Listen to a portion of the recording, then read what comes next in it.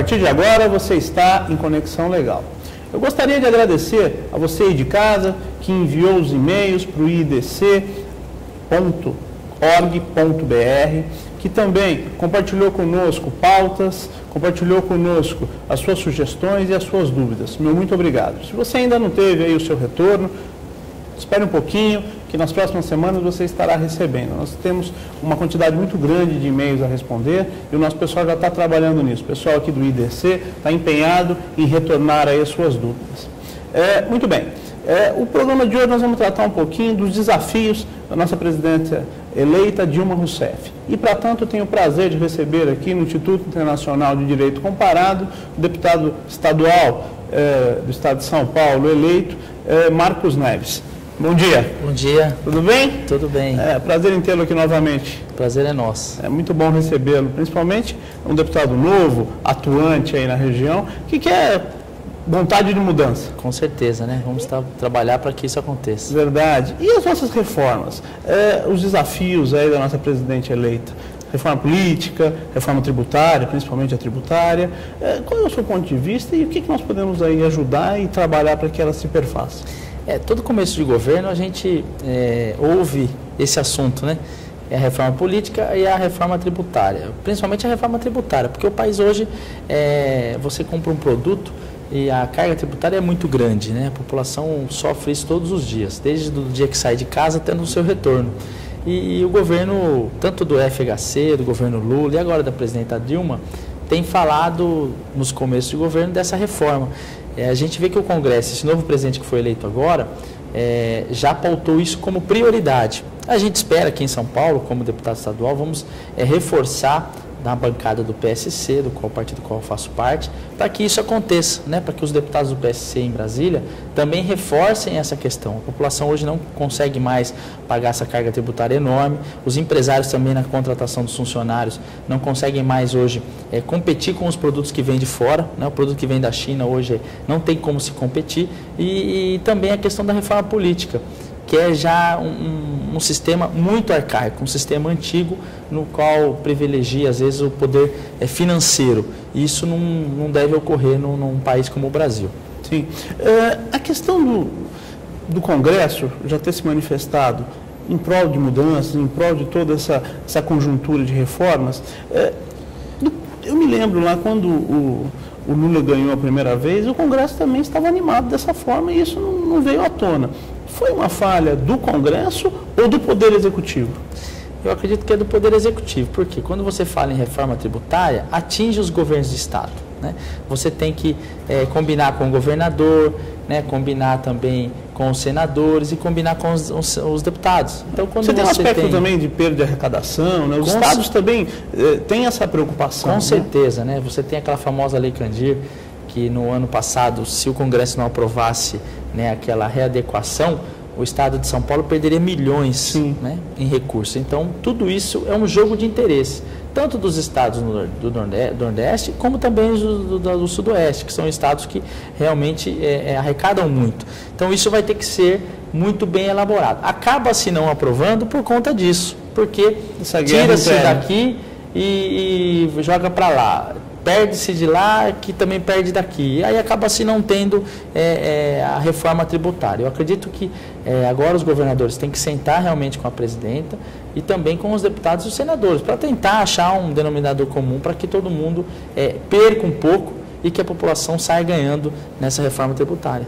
Nós temos uma noção aí, a questão dos royalties do petróleo, né? O estado do Rio brigando praticamente com todo o resto do Brasil para garantir aí os milhões que o Rio recebe mensalmente advindo dos royalties. E eu acho que a preocupação dos estados com referência a essa renovação, a essa reforma tributária é principalmente nessa questão.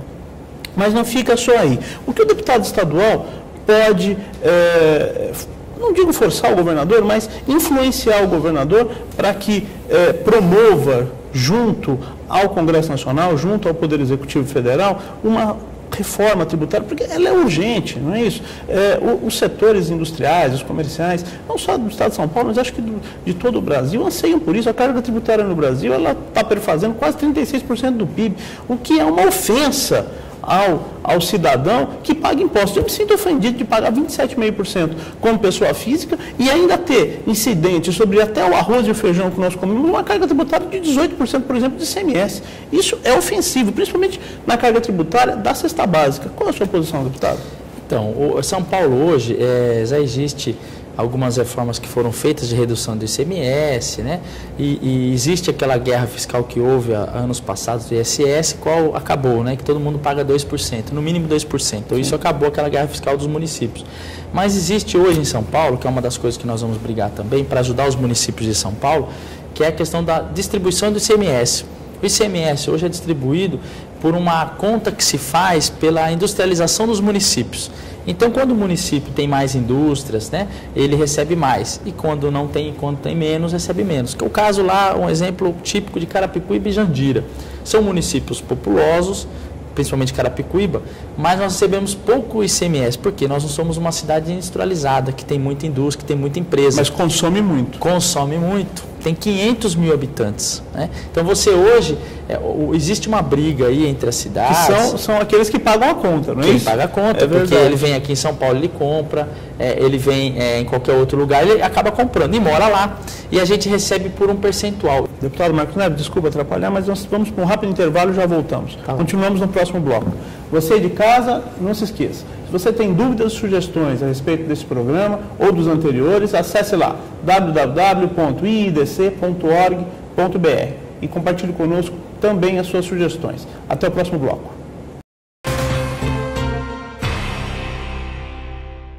Olá, sou vice-presidente do IIDC, o Instituto Internacional de Direito Comparado.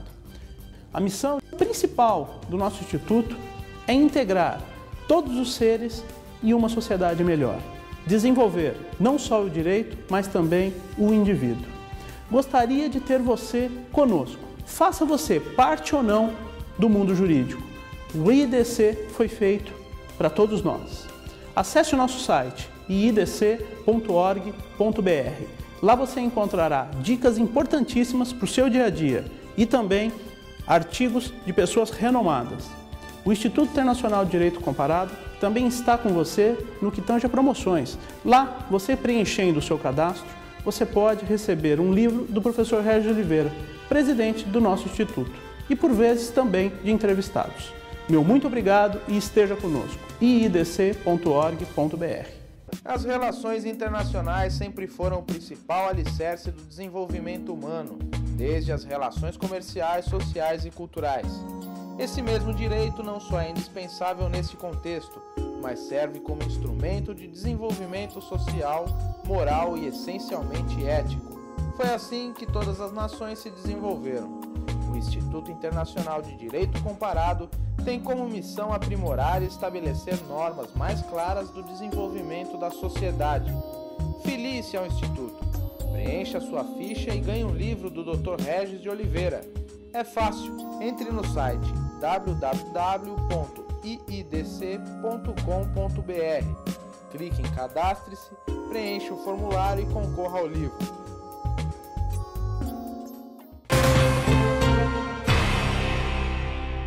Olá, retornamos em Conexão Legal. Hoje falando um pouquinho a respeito da reforma tributária, reforma política, desafios aí da nossa nova presidente Dilma Rousseff. E tendo o prazer de receber aqui em São Paulo, o nosso deputado estadual, Marcos Neves. Nós falávamos da questão Jandira e Carapicuíba. Conclua, por favor. Então, na verdade, hoje, essas duas cidades, e uma grande parte da Grande São Paulo também, recebe o ICMS por uma cota, né, por um percentual, porque não se tem muitas indústrias. E lá existe já um projeto tramitando na Assembleia sobre a redistribuição do ICMS pelo número de população, que, no meu ver, seria o correto, porque onde você tem 500 mil habitantes, vai receber por 500 mil habitantes. E as pessoas que consomem hoje, consomem em São Paulo, em todas as cidades de São Paulo. Então, a gente precisa redistribuir isso. Então, uma das coisas que nós, como deputado estadual, vamos poder realmente brigar e tentar aí aprovar um projeto na Assembleia para que isso diminua, né, a carga tributária e para que também a população seja mais beneficiada. Um município hoje, como Carapicuíba, que tem mais de 500 mil habitantes, recebe muito pouco de ICMS e consome muito. compra-se nos mercados, compra-se nas lojas em São Paulo, porque a maioria das pessoas também trabalham aqui. É que então, efetivamente arca com o ICMS. E que arca com o ICMS. Então é uma coisa que o Estado precisa readequar. Então uma das reformas tributárias que podem ser feitas aqui no Estado. E a nossa pressão, é lógico, para que essa reforma tributária do Brasil aconteça. E nós podemos ajudar, né, abrindo mão de algum recurso pelo Estado de São Paulo, ajudando o governador a aprovar algumas leis na Assembleia para que isso também, de uma maneira correta, seja aprovado no Congresso.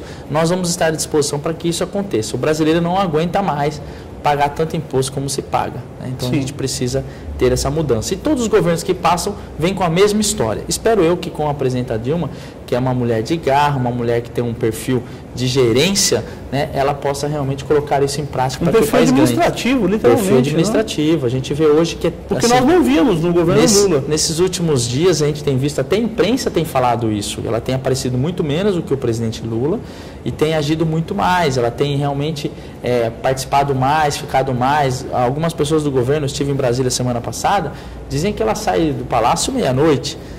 Os seus assessores também é a mesma coisa, então ela tem trabalhado bastante. E o país precisa disso. O país precisa, eu acho que o governo Lula foi um grande governo, abriu as portas para o mundo, tem a contribuição dele que foi muito positiva, e se realmente ele elegeu a Dilma, como todo o povo brasileiro, acredito eu para que ela faça um bom governo. Né? Não precisa ser populista, mas que ela faça um bom governo. Sim. E a questão de gestão do governo federal é importantíssima, né? Porque tendo em vista todo o arranjo do nosso ordenamento, da questão do presidencialismo, né? No Brasil nós temos muito isso. O presidente é quem efetivamente planeja as reformas e as executa, né?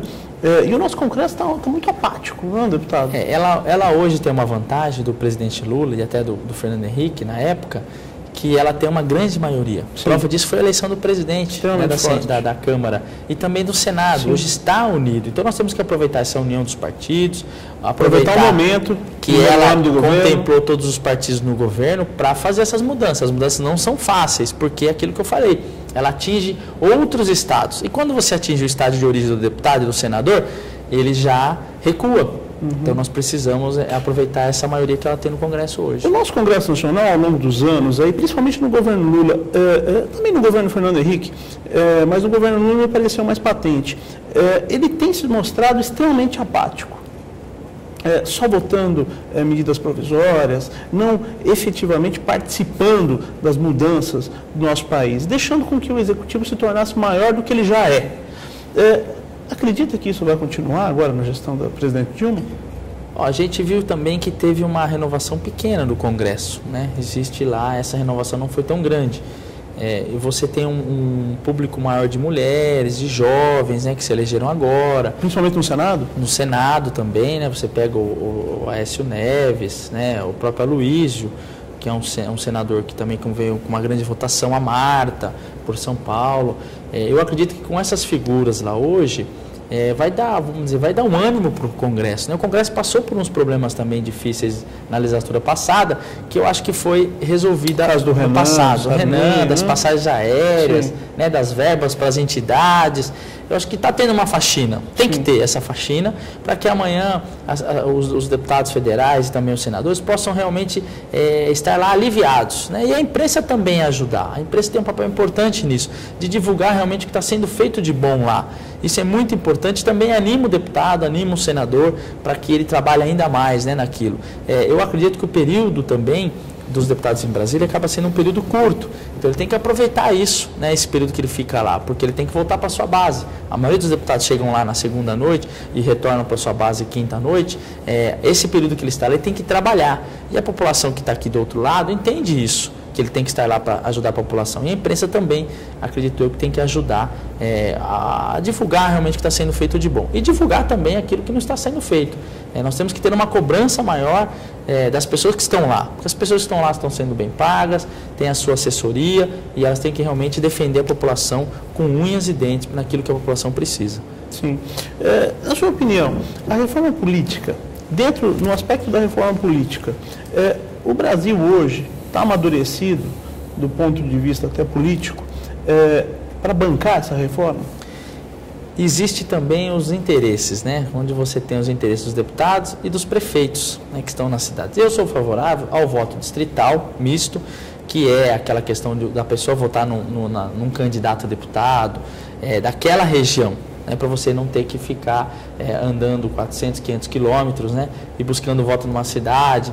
E esse voto distrital daria uma, vamos dizer assim, uma observância melhor do mandato do deputado. O deputado seria mais observado, seria mais fiscalizado, o deputado também teria mais tranquilidade de buscar votos naquela sua região, não teria preocupação de estar indo muito longe, se desgastando. Então eu acredito que o voto distrital misto seria uma das mudanças importantes. Mas eu vejo hoje que também é uma discussão que vai dar muito pano para manga, que é a questão da coincidência da eleição, que é como aconteceu em 82. Você votava de vereador a presidente. Eu acho que isso resolveria um grande problema hoje político do Brasil, porque você não teria aquele vereador saindo a deputado só para projetar o nome, você não teria o candidato a prefeito largando o mandato para ser deputado, você não teria o deputado largando o mandato para ser prefeito, você não teria de repente o governador, né, pensando em ser candidato a presidente. Seria uma eleição só. E o custo também seria... O custo seria bem menor, bem menor. Seria desgastante por conta do tempo, né? Você teria que votar um pouco a mais. Seriam aí muitos candidatos para você votar. Mas, de repente, poderia fazer uma eleição em 2 dias, achar uma forma. Hoje, agora, de forma eletrônica, ela é tão rápida, com né? certeza. 82 era no papel. Imagina só, você votava de presidente a vereador. Nos Estados Unidos se vota no mesmo dia, às vezes para 30 Então, eu candidatos. acredito que hoje essa reforma seria grande... ponto de partida do Congresso, se fosse dessa forma. Nós poderíamos também economizar, porque na abertura do ano judiciário, o ministro Lewandowski fez um levantamento a respeito de quanto foi gasto nas eleições. Nós gastamos 490 milhões de reais, a um custo de R$ 3,60 por pessoa, que ele disse um custo baixo. Eu não concordo, eu acho que o custo é muito alto, tendo em vista a gama de brasileiros, não é isso? Mas nós temos um lado favorável. A nossa eleição ela é muito bem administrada do ponto de vista tecnológico. Isso é muito bom. E eu quero a sua consideração, mas no próximo bloco. Você de casa, continue em Conexão Legal. Olá, sou vice-presidente do IIDC, o Instituto Internacional de Direito Comparado. A missão principal do nosso instituto é integrar todos os seres e uma sociedade melhor. Desenvolver não só o direito, mas também o indivíduo. Gostaria de ter você conosco. Faça você parte ou não do mundo jurídico. O IIDC foi feito para todos nós. Acesse o nosso site iidc.org.br. Lá você encontrará dicas importantíssimas para o seu dia a dia e também artigos de pessoas renomadas. O Instituto Internacional de Direito Comparado também está com você no que tange a promoções. Lá, você preenchendo o seu cadastro, você pode receber um livro do professor Regis de Oliveira, presidente do nosso Instituto, e por vezes também de entrevistados. Meu muito obrigado e esteja conosco. iidc.org.br. As relações internacionais sempre foram o principal alicerce do desenvolvimento humano, desde as relações comerciais, sociais e culturais. Esse mesmo direito não só é indispensável nesse contexto, mas serve como instrumento de desenvolvimento social, moral e essencialmente ético. Foi assim que todas as nações se desenvolveram. O Instituto Internacional de Direito Comparado tem como missão aprimorar e estabelecer normas mais claras do desenvolvimento da sociedade. Filie-se ao Instituto, preencha sua ficha e ganhe um livro do Dr. Regis de Oliveira. É fácil, entre no site www.iidc.com.br, clique em Cadastre-se, preencha o formulário e concorra ao livro.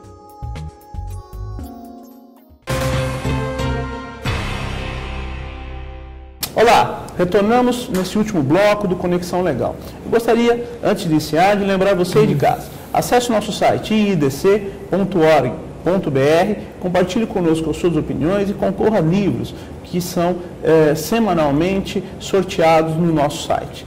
Sempre muito bom ter você de casa conosco, o seu feedback é muito importante, continue assim. E hoje nós estamos discutindo um pouquinho de reforma política, de reforma tributária, que são imprescindíveis para o desenvolvimento do nosso país, para a continuidade do desenvolvimento aqui no Brasil.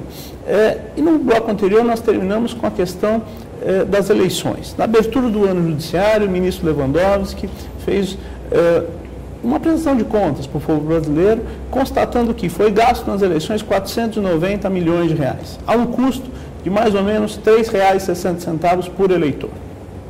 E eu estou recebendo aqui o deputado pelo Estado de São Paulo, Marcos Neves, que está discutindo um pouquinho aqui com isso. Deputado, R$ 3,60 por eleitor, é barato ou não é barato? Colocando isso que você hoje faz, você tem que fazer licitação, né? Tudo é mais caro porque tem prazo, acaba sendo um valor, vamos dizer assim, não é nem muito barato nem muito caro, né? Vamos dizer. Então fica num valor médio. Eu acredito que poderia ser reduzido, porque você já informatizou, os aparelhos praticamente são usados sempre nas mesmas eleições, são os mesmos aparelhos. Existe agora a biometria, né? Que é pela digital. É uma inovação, né? Que é uma inovação. Eu acredito que isso também vai reduzir o custo, porque o grande problema das urnas eletrônicas hoje é a atualização do sistema, né, para você levar as urnas também até a escola, então isso custa, né, transporte, segurança. E o custo da segurança em si, né? O custo da segurança, porque hoje você vê uma urna, ela não pode desaparecer. Imagina só numa eleição se desaparecer uma urna. Sem dúvida. Então isso é uma coisa muito de responsabilidade. Então o custo acaba sendo por conta disso também. Então eu acredito que com a inovação das coisas e também com a informatização desse sistema da biometria, isso eu acredito que reduza o custo, porque vai ficar muito mais seguro. E a eleição é aquilo que eu falei. Essa eleição hoje que a gente vive é uma eleição conturbada, porque você vê, existem candidatos que tiveram muitos votos e não foram eleitos por conta do partido. Existem candidatos com menos votos que foram eleitos por conta do coeficiente partidário. E existem também aqueles candidatos que tiveram muitos votos, né, como o caso do Tiririca, do Paulo Maluf, que puxam outros também, caso do Enéas, né, antigo Enéas. Então isso é uma coisa que tem que ser rediscutida. E o Congresso, acredito eu, que deve se rediscutir. Nós não podemos ter mudanças na lei eleitoral à beira da eleição. Como aconteceu agora a ficha suja, a ficha limpa. É uma muito questão importante, até de segurança jurídica. Muito importante esse projeto. Mas sem sequer uma coisa linear, né? Nós tivemos agora que a jurisprudência tem dado mais ou menos uma luz a respeito de onde se trilhar. Porque anteriormente nós não tínhamos sequer uma luz. Nós não tínhamos. E hoje você pega, e o processo eleitoral ainda está por ter mudança. Porque se você pegar hoje um deputado que está lá no TSE para ser julgado, pode vir e voltar a ser deputado federal ou estadual e pode fazer recontagem de votos. Então, quer dizer, quem vai de repente foi diplomado e pode até assumir, pode não assumir. Então a gente vê que é um sistema ainda que tem que ser mudado. Aqui em São Paulo ainda nós temos... Tem alguns casos assim. Nós temos alguns casos assim. Que podem gerar recontagem de votos. O caso do Maluf foi de um dia para o outro. Eu estive até com um deputado no dia, o deputado dormiu, no outro dia ele já não era mais deputado. Acordou suplente. Então, é uma coisa que não pode acontecer na política, né? Você pega hoje alguns casos também de eleições que foram cassados prefeitos, tem que ter nova eleição. É o caso de Mangaratiba, que vai ter eleição nesse final de semana do Rio de Janeiro. Essas situações têm que ser resolvidas rápidas. A justiça eleitoral, ela tem que ir ao encontro do problema, né? E o que está acontecendo é que o problema fica parado lá, não se julga, existe muita jurisprudência e você acaba não julgando. E quem perde com isso é a população. A população votou e às vezes não levou, né? O seu voto não valeu. Então é uma coisa que tem que ser mudada também. O que causa um grande alento para a população é a questão da insegurança jurídica. E não só para quem foi votado, mas também para quem votou.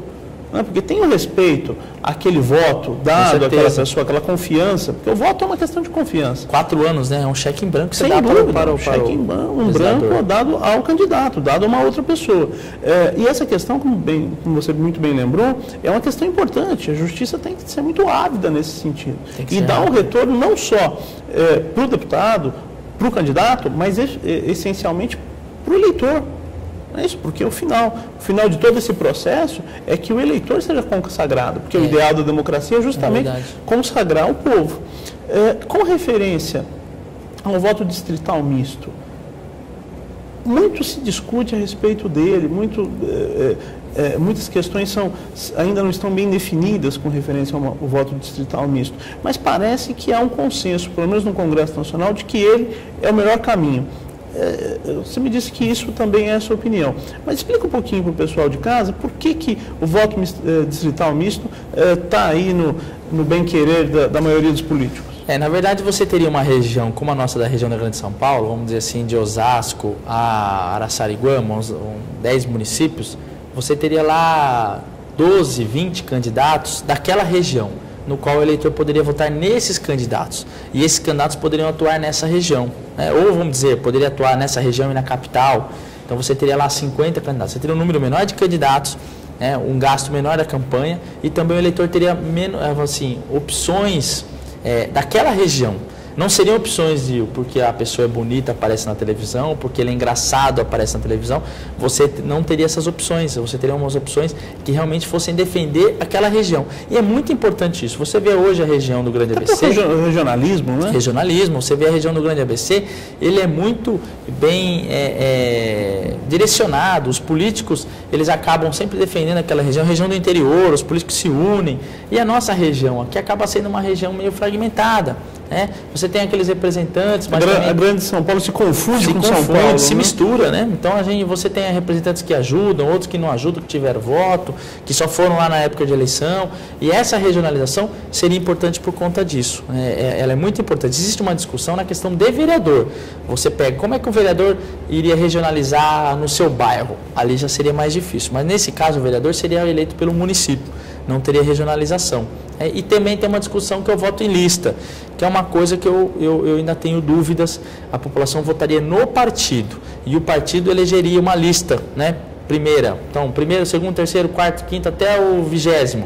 Então, se o partido tivesse lá 2 milhões de votos e pudesse eleger 5 deputados, quem seriam eleitos? Os 5 mais votados, os 5 primeiros da lista e não os mais votados. Então, a população votaria no partido. Aí seria uma mudança da lei eleitoral para que a população votasse no partido. E os partidos seriam muito mais fortalecidos nessa mudança, porque aí você votaria no PMDB, no PSDB, no PSC. O problema é a questão da representação daquele que nunca foi membro do partido, né? Então o partido sempre mantiveria... Ou pode acontecer do presidente do partido colocar a irmã, né, a mulher como primeira da lista, e ela for eleita porque não haveria não teria uma democracia também muito... Uma alternância de poder. Isso, teria que ter cuidado nisso. Deputado, muito obrigado pela sua presença aqui no nosso Instituto. É sempre um prazer recebê-lo e sempre um prazer ter aí as suas considerações que são tão importantes para o nosso país. Agradeço você também, agradeço ao Instituto, e a gente está sempre à disposição para fazer o melhor pelo nosso Estado e pelo nosso Brasil.